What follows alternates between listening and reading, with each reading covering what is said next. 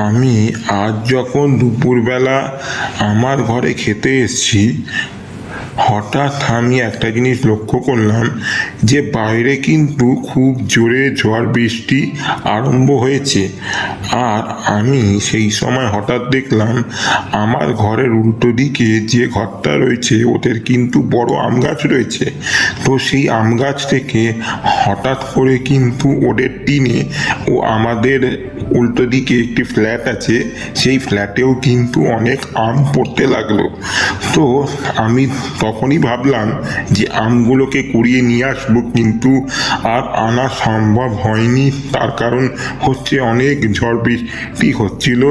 তাই আমি তখনই ভেবেছিলাম যে রাতে আমি আবার যখন ঘরে ফিরবো সেই সময় আমি গিয়ে আমগুলোকে কুড়িয়ে আনবো। হচ্ছে কিন্তু সেই আম গাছ, আর আজকে কিন্তু দুপুরবেলা এখানেই ঝড় বৃষ্টি হওয়ার সময় গাছের থেকে টিনের ওপর আম পড়েছে, আর ওই লনটায় কিন্তু আম পড়েছে।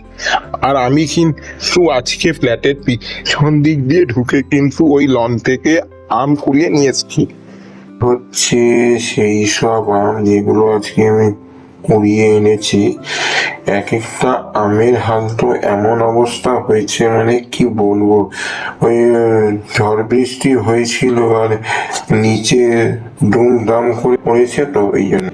আর এগুলোর এক একটা অবস্থা তো এমন হাল হয়েছে, এই দেখো এই আমটার অবস্থা তো মানে প্রচন্ড খারাপ। এটা এরকম হাল,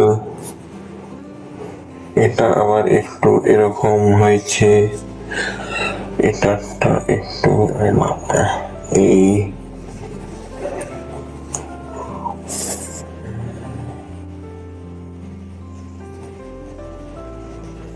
এটারটা তো এরকম, এটারটা হচ্ছে এরকম হয়েছে, আর এটারটা হচ্ছে এরকম হাল।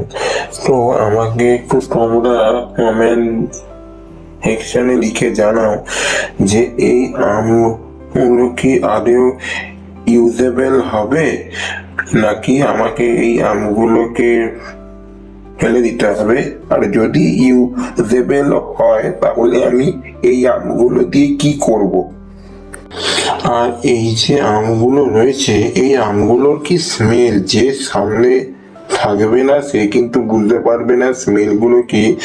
আর হাতে যে সময় আমি আমগুলোকে ধরছিলাম তখন এমন একটা ভালো স্মেল ছেড়ে দিল যে দেখেই মনে হচ্ছে যে কখন আমগুলোকে ছাড়িয়ে খাবো।